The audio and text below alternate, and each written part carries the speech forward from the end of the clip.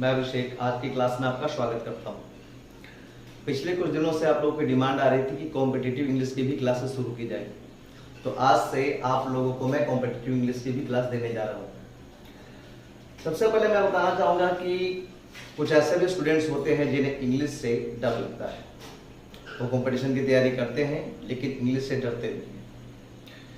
तो इंग्लिश से डर क्यों लगता है, क्यों हमें इंग्लिश बहुत टफ लगती है? देखिए, सबसे पहली बात तो ये है कि जिस चीज को हम समझ नहीं पाते हैं वो हमारे लिए टफ होती जाती है, जबकि जो भी चीजें हमें समझ में आती है वो हमारे लिए इंटरेस्टिंग और इजी होता चला जाता है। तो इंग्लिश के टफ होने के पीछे सबसे बड़ा कारण है कि हम उसे समझ नहीं पाते। ओके, और समझ शायद इसलिए नहीं पाते क्योंकि हम लोग उसको रटने पे ज्यादा ध्यान देते हैं। English is not the thing to remember, ये कोई याद करने की चीज नहीं है। ओके, तो आज की क्लास से हम लोग इंग्लिश को समझेंगे, ना कि याद करेंगे। इंग्लिश में याद करने की चीज बस वोकैबुलरी है। ओके, उसमें भी सारा सेक्शन है। तो लेट्स रीड कॉम्पिटिटिव इंग्लिश। आइए हम लोग कॉम्पिटिटिव इंग्लिश को स्टडी करें। आज की क्लास शुरू करने से पहले मैं आप लोगों को बताना चाहूंगा कि मैं एक न्यू यूट्यूबर हूं और मुझे आप लोगों की सपोर्ट की जरूरत है। तो अगर आज जो मैं पढ़ाऊंगा वो आपको समझ में आती है तो kindly subscribe my channel, like the video and press the bell icon also. Okay, तो आज हम लोग कॉम्पिटिटिव इंग्लिश के सिलेबस को पहले जाने कि क्या हमें पढ़ना है। अगर आप कंपटीशन की तैयारी करते हैं तो कुछ स्टूडेंट्स बैंकिंग की तैयारी करते हैं, बैंकिंग में भी आप क्लर्क लेवल की तैयारी करते हैं, पीओ लेवल की तैयारी करते हैं, आप एसएससी की भी कुछ लोग तैयारी करते हैं। तो सबसे पहले मैं ये बताना चाहूंगा कि सारे के इंग्लिश अलग अलग है। ओके, अगर बैंकिंग सेक्टर में रहिएगा तो आईबीपीएस और एसबीआई, आरबीआई सबके जो इंग्लिश के लेवल है वो एक नहीं है। और एसएससी और बैंक की अगर कंपैरिजन की जाए तो एसएससी के बनिस्बत पर बैंकिंग की जो लेवल है इंग्लिश की वो थोड़ी अपर है। उसमें भी आप जैसे जैसे जाएंगे लेवल अपर होते चले जाएगा। जैसे क्लर्क की लेवल डाउन लेवल है, उससे अपर बैंक पीओ की होती है आईबीपीएस में। अगर आप जाते हैं एसबीआई की तो एसबीआई की इंग्लिश थोड़ी उससे अपर लेवल की होती है और आरबीआई की तो उससे भी अपर लेवल की होती है। ओके, लेकिन ये सारी चीजें हमें टफ नहीं लगेंगी अगर हम लोग इसे अच्छी तरह से समझ लें। जाने कि कुछ ऐसे भी सेक्शन है कि जो बैंक और एसएससी दोनों में मैच करते हैं। हाँ, लेवल अलग होता है और क्वेश्चन पूछने का तरीका थोड़ा डिफरेंट होता है, बट कॉमन भी है कुछ। ओके, इंग्लिश में हमें पढ़ना क्या क्या है कॉम्पिटिटिव इंग्लिश में? तो कॉम्पिटिटिव इंग्लिश में आपको पढ़ने हैं दो सेक्शन, एक है ग्रामर और एक है वोकैबुलरी। ओके, ग्रामर में क्या क्या हम लोग पढ़ते हैं? तो ग्रामर में पार्ट्स ऑफ स्पीच अगर देखा जाए तो पूरी की पूरी इंग्लिश 8 पार्ट्स ऑफ स्पीच और 26 लेटर्स में ही सिमट के रह जाती है। पूरी इंग्लिश में कोई 27वां लेटर तो आएगा नहीं, और ना ही 8 पार्ट्स ऑफ स्पीच के अलावा भी कोई दूसरा वर्ड आएगा। ओके, तो सबसे पहले हम लोग पार्ट्स ऑफ स्पीच को सीखते हैं। Tense, time and tense, voice, narration, okay, and subject verb agreement जिसे सिंटैक्स भी कहा जाता है। और भी कुछ लेसन्स हैं but these are the importance, ये इंपॉर्टेंस लेसन है। इनमें सबसे पहले मैं बताना चाहूंगा कि बेसिक नॉलेज के लिए हम लोग पढ़ेंगे parts of speech for the basic knowledge. Okay, और जब हमारी ये बेस मजबूत हो जाती है तो सीधा हम लोग पढ़ेंगे सब्जेक्ट वर्ब एग्रीमेंट या सिंटैक्स। अब ऐसा क्यों? ऐसा इसलिए क्योंकि जो भी बच्चे स्टूडेंट्स कंपटीशन की तैयारी करते हैं, आप जानते होंगे कि चाहे वो एसएससी हो या फिर बैंकिंग सेक्टर हो, कॉमन एरर पूछा ही जाता है, दोनों में पूछा जाता है। लगभग सारे कॉम्पिटिटिव एग्जामिनेशंस में कॉमन एरर आता है। 5 से लेकर 10 कॉमन एरर होते हैं जो आपके पेपर में पूछे जाते हैं। तो अगर आप सब्जेक्ट वर्ब एग्रीमेंट यानी सिंटैक्स ये चैप्टर क्लियर कर लेते हैं तो 10 में से आई गारंटी यू कि आप कम से कम 8 तो क्लियर कर ही लेंगे कॉमन एरर। ओके, 8 आपसे सॉल्व हो जाने। Okay, and with in 5 minutes, वो भी 5 मिनट के अंदर। दूसरे स्टूडेंट्स के लिए ये प्रॉब्लम होती है लोग इसे स्किप करते हैं कॉमन एरर को, but you have to make it your plus point, लेकिन आपने इसे अपना प्लस पॉइंट बनाना है। Okay, common error is a very easy segment. Common error एक बहुत ही इजी सेगमेंट है। अगर आपकी एक बार इस पर पकड़ हो जाती है ना, तो ये आपको विद इन 5 मिनट्स कम से कम 8 नंबर दे जाएगा। ओके, तो हम लोग बेस कंप्लीट करने के बाद सब्जेक्ट वर्ब एग्रीमेंट पढ़ेंगे। कुछ लोग मानते हैं कि टाइम टेंस और टाइमिंग टेंस दोनों अलग अलग, सॉरी दोनों एक है। तो I would like to clear you that the both are the different things. ये दोनों अलग अलग चीजें। ओके, जो मैं आने वाले क्लासेस में आपको बताता चलूंगा। ओके, तो दी आफ्टर कंप्लीटिंग दीज लेसन्स, ये सारे लेसन्स कंप्लीट करने के बाद हम लोगों ने कुछ और लेसन्स भी सीखने हैं, और साथ साथ हम लोग वोकैबुलरी को भी सीखते चलेंगे। तो ये वोकैबुलरी में क्या क्या आने हैं आपके, देखिए वोकैबुलरी में कुछ सेक्शंस आपके हैं जैसे रूट वर्ड्स। अगर आप एक रूट वर्ड्स क्लियर करते हैं तो इससे रिलेटेड कई सारे वर्ड्स खुद ब खुद क्लियर होते जाते हैं। तो रूट वर्ड्स हम लोग को सीखने हैं, synonyms, antonyms and phrasal verbs, idioms and phrases, one word substitutions and proverbs, ये सारे सेगमेंट्स हम लोगों ने क्लियर करने हैं। कई तरह के क्वेश्चंस आते हैं। कुछ क्वेश्चंस ऐसे होते हैं जिन्हें हम समझकर डील करते हैं, कुछ क्वेश्चन ऐसे होते हैं जिसे हम याद करके भी डील कर सकते हैं। जैसे बैंकिंग में और एसएससी के एग्जामिनेशंस में कुछ अंतर है। अगर अंतर की बात करूं तो एसएससी की एग्जामिनेशन को नॉर्मली जो वर्ड मीनिंग होते हैं खासकर उसमें, तो उनको हम याद करके जैसे सिनोनिम्स, एंटोनिम्स को हम लोग रट्टा मार करके डील कर सकते हैं, but it is not applicable in the banking examinations.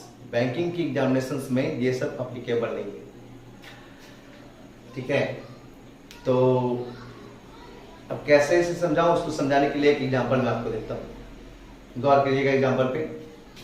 अब तक हम लोग क्या जानते थे, काउ, COW, काउ मीन्स क्या, आप जानते ही हो।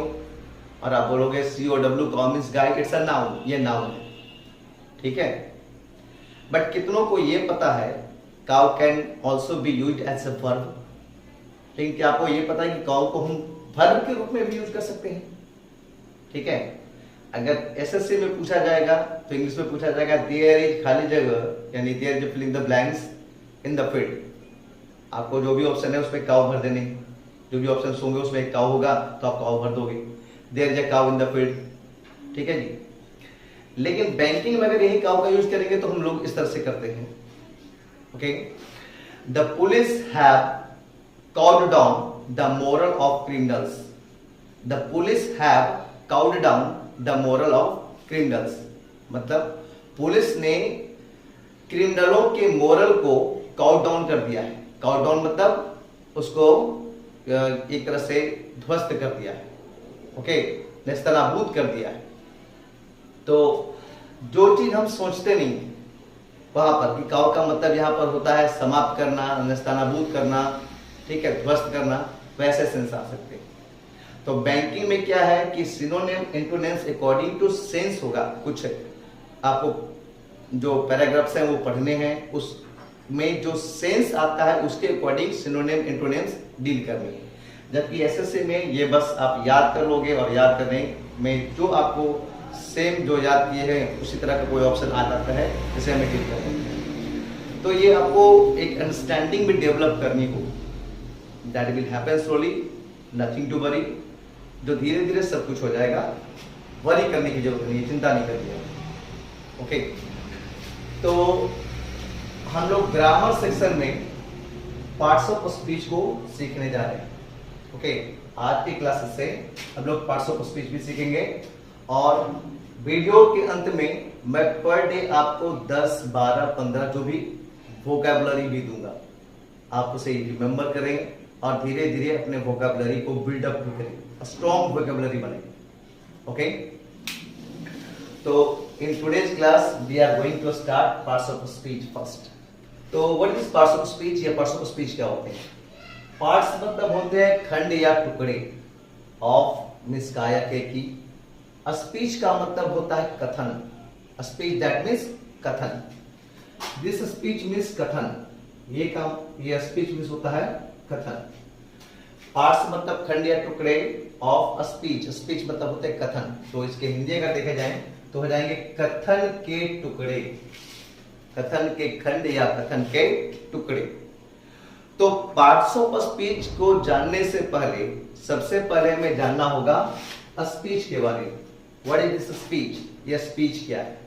जब हम स्पीच को जान जाएंगे तो स्पीच में पाए जाने वाले खंडों को, उसके टुकड़ों को भी जान जाएंगे। ओके, तो व्हाट इज दिस स्पीच, यह स्पीच क्या होती है।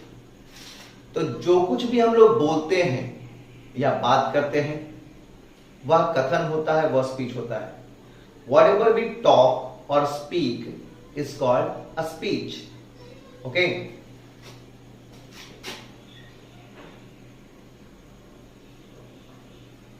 Whatever we talk or speak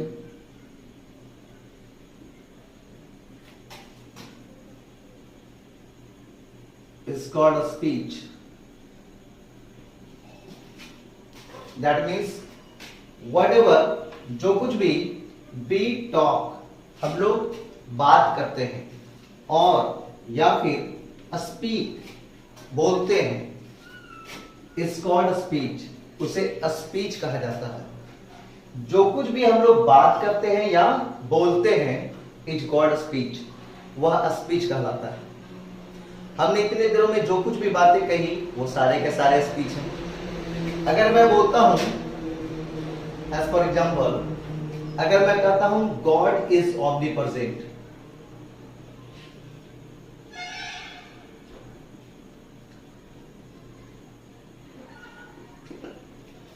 God is ऑम्निप्रेजेंट, ऑम्निप्रेजेंट का मतलब होता है सर्वव्यापी, one who is available everywhere, one who is present everywhere, वह जो सब जगह पर उपस्थित हो वो कहलाता है सर्वव्यापी, उसे वन वर्ड में हम लोग कहते हैं ऑम्निप्रेजेंट। ओके, तो गॉड इज ऑम्निप्रेजेंट का मतलब होता है भगवान सर्वव्यापी हैं। अगर मैंने बोला भगवान सर्वव्यापी हैं तो मेरे द्वारा बोला गया यह वाक्य एक स्पीच है, एक कथन। हमने जो भी बोला गॉड इज ऑम्निप्रेजेंट, अगर मैंने ये बोला तो ये एक स्पीच है। ओके, अगर मैंने बोला India is great,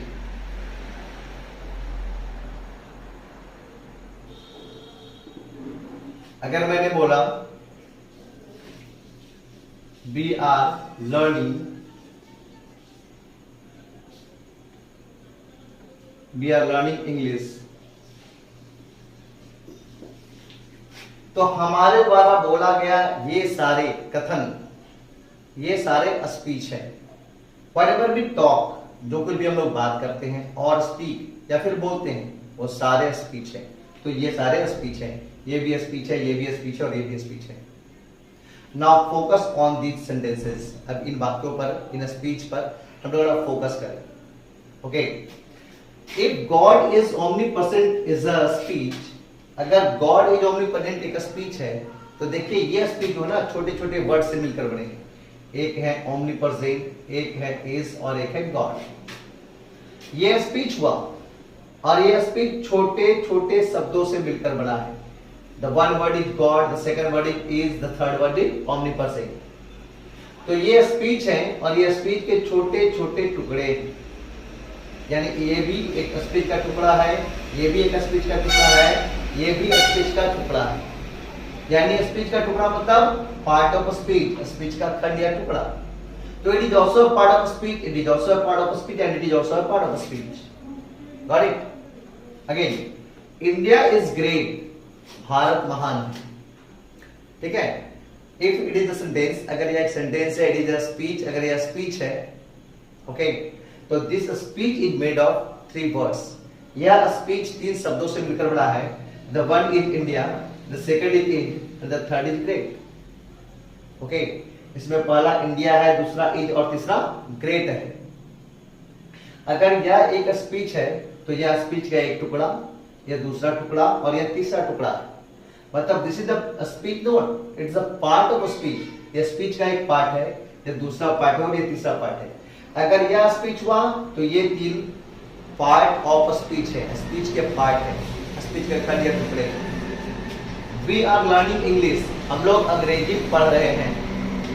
we are learning English, हम लोग अंग्रेजी पढ़ रहे हैं।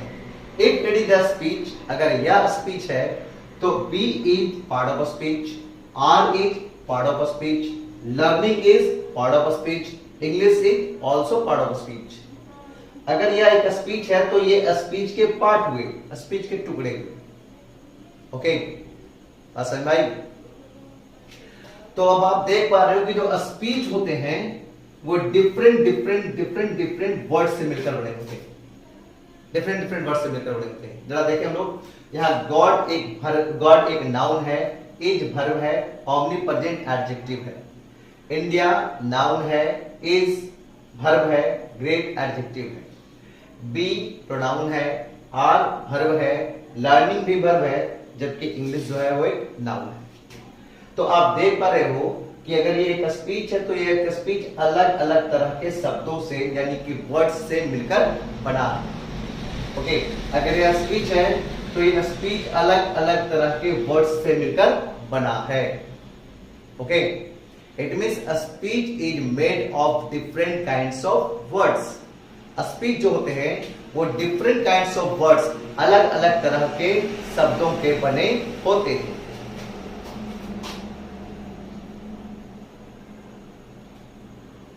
A speech is made of different kinds of word.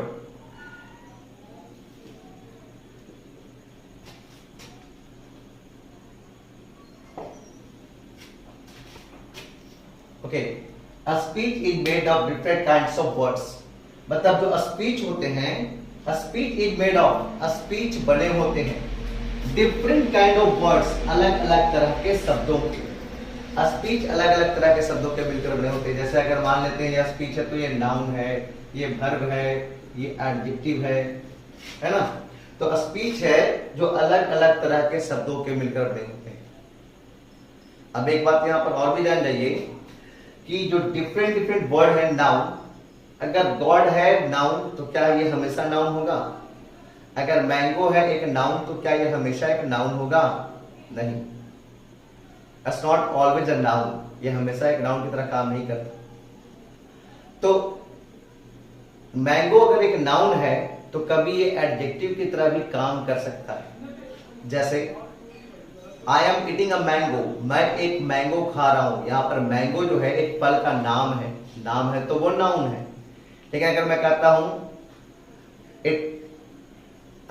हूं a monkey is sitting in the mango tree, याद रखिएगा मैं कह रहा हूं in the mango tree, not on the mango tree. A monkey is sitting in the mango tree, एक बंदर, monkey यानी बंदर मैंगो ट्री पर बैठा है। तो इन द मैंगो ट्री, यहां पर मैंगो ट्री हो रही है, ट्री कौन सी? मैंगो की। ट्री एक नाउन है और मैंगो यहां एडजेक्टिव के रूप में यूज हो रहा है। तो a noun is not always noun, ये भी ध्यान में रखेंगे। तो मैं था यहां पर कि गॉड इज ओमनीप्रेजेंट एक स्पीच है और ये स्पीच डिफरेंट तरह के वर्ड्स के मिलकर बने होते हैं। वर्ड्स को एक कैटेगरी में बांटा गया है, वर्ड्स को 8 भागों में एक कैटेगरी में बांटा गया है उनके काम के अनुसार से। ओके, यही मैं अभी बता रहा था आपको कि अगर मैंगो हमेशा नाउन नहीं हो सकता, कभी एडजेक्टिव भी हो सकता है। ओके, तो काम के अनुसार से जैसा वो काम करेगा वैसे उसके नाम होंगे। ओके, तो उसको भी हम लोग समझेंगे। पहले जान जाए कि कोई भी वर्ड्स होते हैं, words are divided into 8 categories. शब्दों को हम 8 भाग में बांटते हैं अकॉर्डिंग टू इट्स वर्क, उसके काम के अनुसार से। Okay, words are divided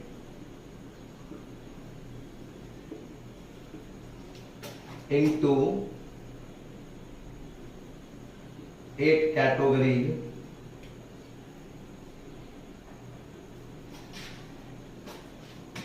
according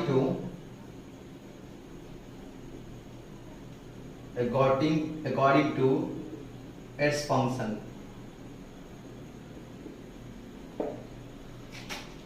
words are divided, शब्द बटे होते हैं into 8 कैटेगरीज, 8 प्रकार में, अकॉर्डिंग टू इट्स फंक्शन, उनके काम के अनुसार से। शब्दों को उनके काम के अनुसार से 8 भागों में बांटा गया है। अब इसको इस तरह से समझिए, इस एग्जांपल से। जैसे मैं यहां पर अगर पढ़ाने का काम कर रहा हूं तो मैं क्या कहलाऊंगा? टीचर। ठीक है। अगर मैं किसी क्लासरूम में बेंच में बैठकर पढ़ने का काम करूं तो मैं वही क्या कहलाऊंगा? स्टूडेंट। ओके। अगर मैं किसी कार को चलाने का काम करूं तो मैं क्या कहलाऊंगा? ड्राइवर। लेकिन अगर मैं वही व्यक्ति हूं और मैं प्लेन उड़ाने का काम करूंगा तो मैं क्या कहलाऊंगा? एक पायलट कहलाऊंगा। अगर मैं किसी बस में फेयर लेने का काम करूं, किराया तस्लीने का काम करूं, तो लोग मेरे क्या कहेंगे? कंडक्टर। ओके। मैं व्यक्ति वही हूं, लेकिन जैसे जैसे मेरा काम बदल रहा है वैसे वैसे मेरा नाम बदल रहा है। ओके। वर्क के अकॉर्डिंग मेरे नाम बदल रहे हैं। व्यक्ति तो मैं वही हूं, लेकिन जैसे जैसे मैं काम बदल रहा हूं वैसे वैसे मेरा नाम भी बदलता जा रहा है। कभी ड्राइवर, कभी टीचर, कभी कंडक्टर, कभी पायलट। ओके। तो इन द सेम वे, ठीक उसी प्रकार से एक वर्ड जैसे जैसे काम करेगा उस अकॉर्डिंग उसका नाम होगा। ओके। कोई वर्ड जिस तरह से काम करेगा उस अकॉर्डिंग उसका नाम होगा। अगर कोई वर्ड नाम को शो कर रहा है तो वो नाउन कहलाएगा। अगर वह वर्ड नाम को न शो करे बल्कि नाम के बदले में आए तो वो प्रोनाउन कहलाएगा। अगर वही वर्ड किसी नाम को क्वालिफाई करे, उसकी विशेषता बताए, तो वह एडजेक्टिव कहलाएगा। ओके। तो कहने का मतलब कि जैसे जैसे वर्ड्स के फंक्शन बदलेंगे, उसके कार्य बदलेंगे, उस अकॉर्डिंग उसका नाम भी बदलता है। ओके।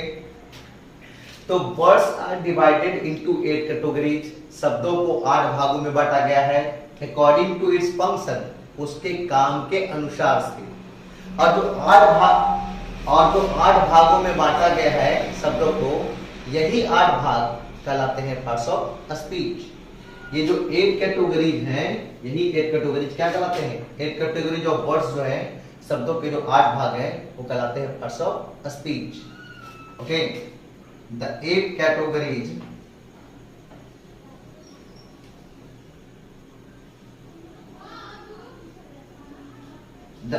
categories of words, शब्दों के जो 8 प्रकार हैं, are called parts of speech, are called parts of speech.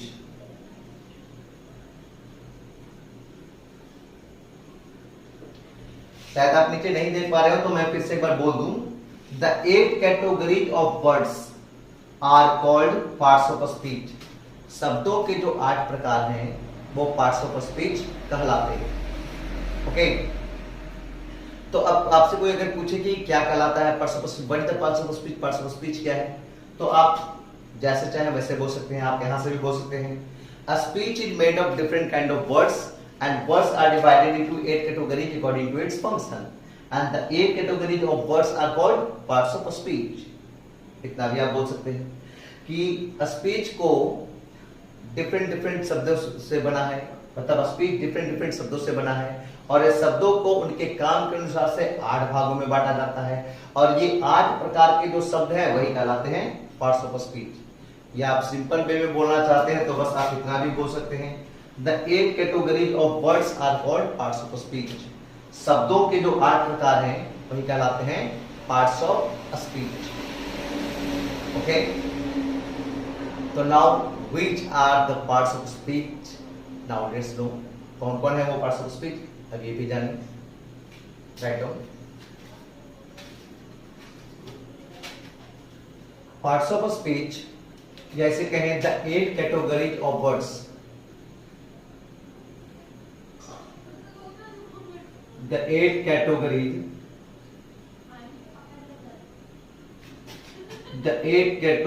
Of words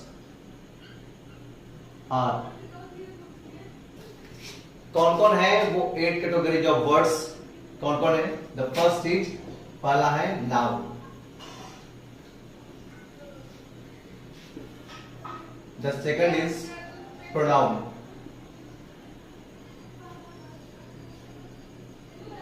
adjective,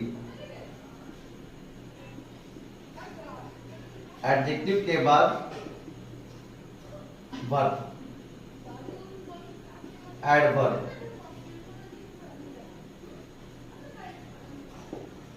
adverb के बाद है preposition,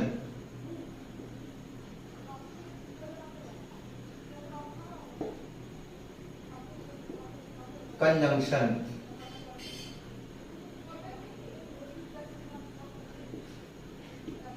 and the last is interjection.